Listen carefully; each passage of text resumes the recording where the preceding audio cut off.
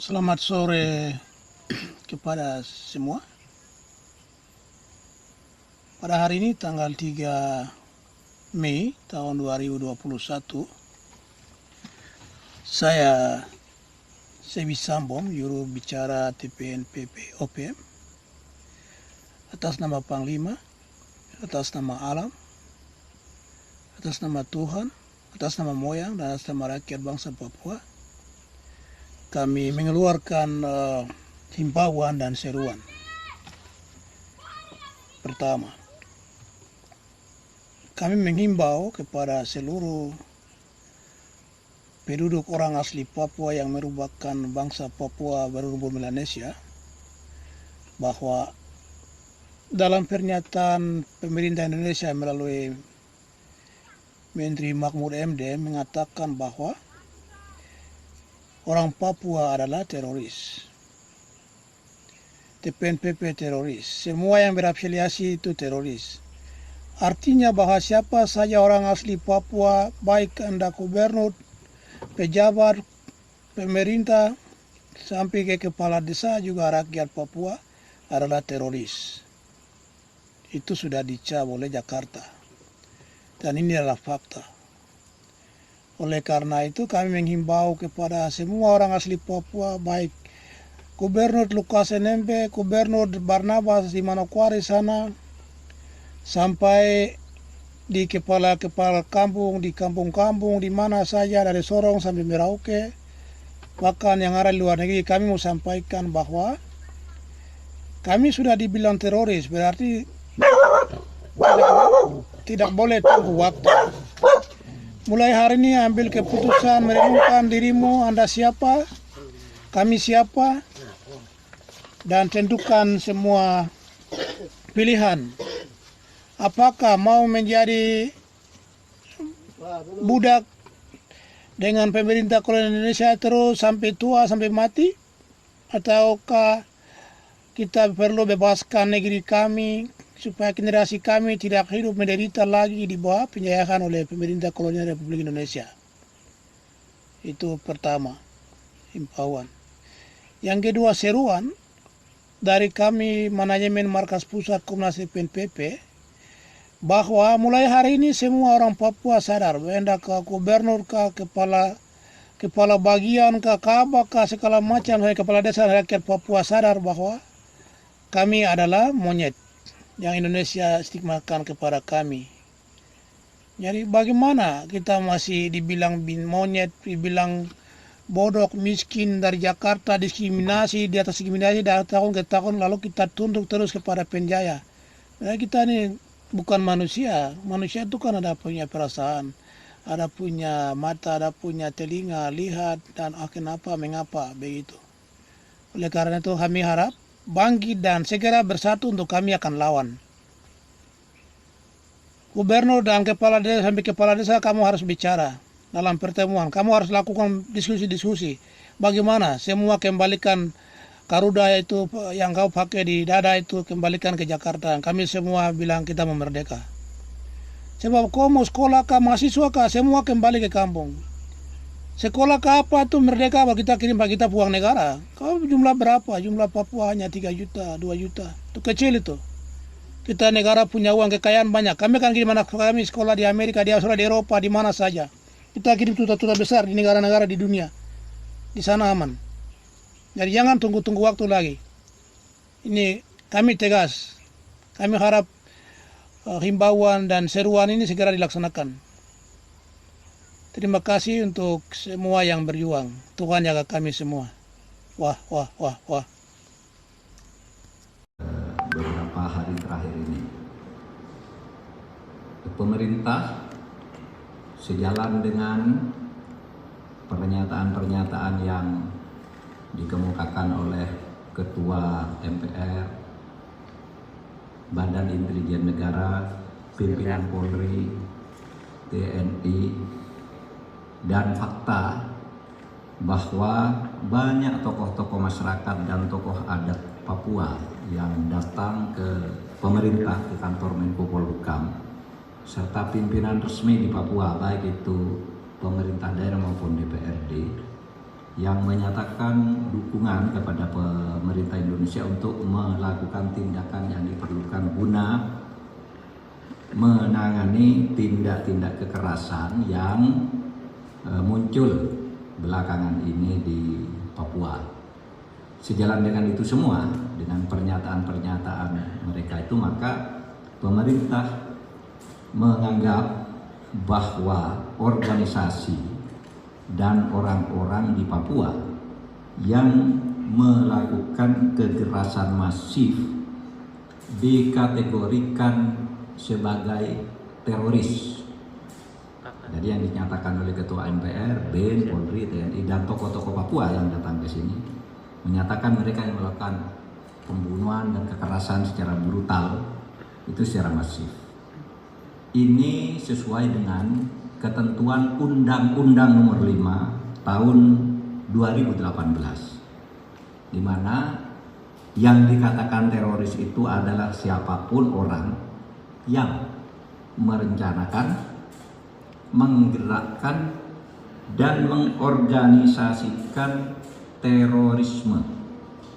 Sedangkan terorisme adalah setiap perbuatan yang menggunakan kekerasan atau ancaman kekerasan yang menimbulkan suasana teror atau rasa takut secara meluas yang dapat menimbulkan korban secara massal dan atau menimbulkan kerusakan atau kehancuran terhadap objek vital yang strategis, terhadap lingkungan hidup, fasilitas publik atau fasilitas internasional dengan motif ideologi, politik, dan keamanan.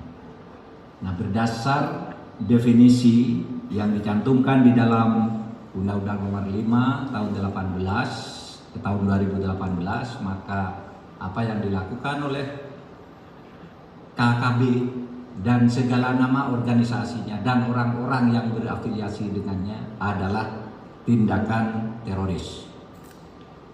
Untuk itu, maka pemerintah sudah meminta kepada Polri, TNI, BIN, dan aparat-aparat terkait itu segera melakukan tindakan secara cepat, tegas, dan terukur menurut hukum. Dalam arti jangan sampai menyasar ke masyarakat sipil. Saudara, sikap pemerintah dan rakyat Indonesia termasuk rakyat Papua itu sudah tegas, berpedoman pada resolusi Majelis Umum PBB nomor 2504 tahun 1969 tentang penentuan pendapat rakyat Papua.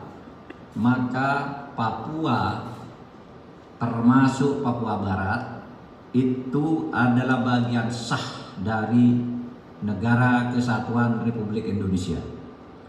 Resolusi Majelis Umum PBB pada waktu itu tidak ada satupun negara yang menolaknya. Semuanya mendukung dan setuju hasil penentuan pendapat rakyat tahun 69 bahwa Papua atau Papua dengan Paperanya itu sudah menjadi bagian sah dari negara Republik Indonesia.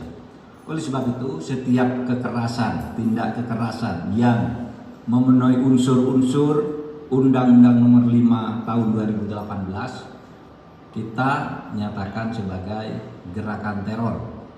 Dan secara hukum pula kami akan segera memprosesnya sebagai gerakan terorisme yang tercatat di dalam agenda hukum kita. Selain resolusi PBB tahun 2500 nomor 2504 tahun 1969 itu berdasar laporan yang dihimpun atau diformulasikan kemudian oleh Menteri Luar Negeri, di dunia internasional ini sekarang tidak ada satu forum resmi pun yang mau membicarakan lepasnya Papua dari Negara Kesatuan Republik Indonesia. Di PBB juga udah tidak pernah lagi, di forum-forum apapun tidak pernah, bahwa mungkin ada orang yang datang ke sebuah parlemen lalu diterima tapi tidak diagendakan sebagai pengambilan keputusan, itu iya. Masalah Papua yang sekarang sedang kita tangani dengan sebaik-baiknya adalah masalah isu penataan lingkungan hidup, isu kesejahteraan dan sebagainya, bukan isu kemerdekaan. Sehingga kita sudah mengeluarkan impres, pemerintah sudah mengeluarkan impres nomor 9, impres nomor 9 tahun 2020 yang menginstruksikan penyelesaian masalah Papua dengan penyelesaian kesejahteraan, bukan dengan penyelesaian bersenjata. Tidak ada gerakan atau tindakan bersenjata terhadap rakyat Papua, tetapi ada tindakan penegakan hukum. Adapun pemberantasan terhadap terorisme itu bukan terhadap rakyat Papua, tetapi terhadap segelintir orang. Karena berdasar hasil survei, lebih dari 92% mereka pro republik.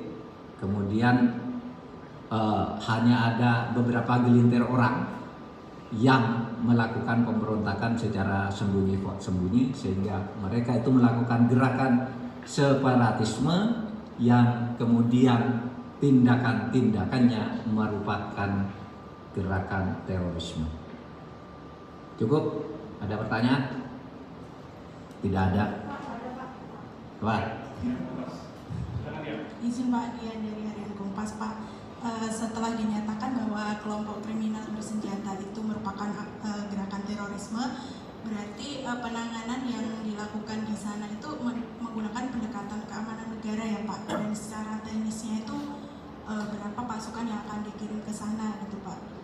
Yang kedua, banyak pengamat masalah Papua yang mengusulkan agar dibuka ruang dialog gitu Pak untuk menyelesaikan masalah di sana, karena kalau kekerasan itu mungkin tidak tepat gitu Pak untuk menanggapi masalah di sana. Apa sih Pak kendalanya dialog ini sulit dilakukan di Papua gitu Pak? Terima kasih Pak.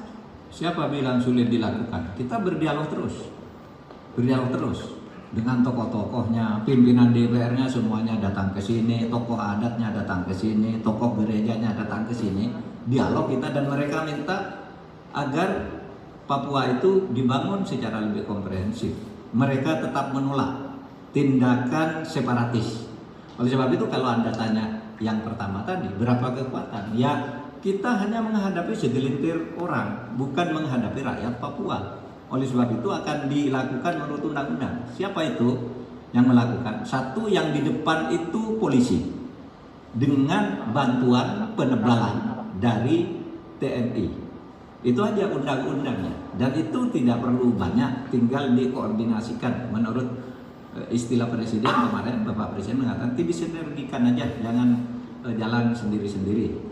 Pangdam, Kapolda itu supaya berkoordinasi dengan baik di bawah bimbingan Kapolri dan Panglima TNI, sehingga semua terkoordinasi. BIM tetap diminta untuk melakukan kegiatan-kegiatan intelijen yang sifatnya lebih politis.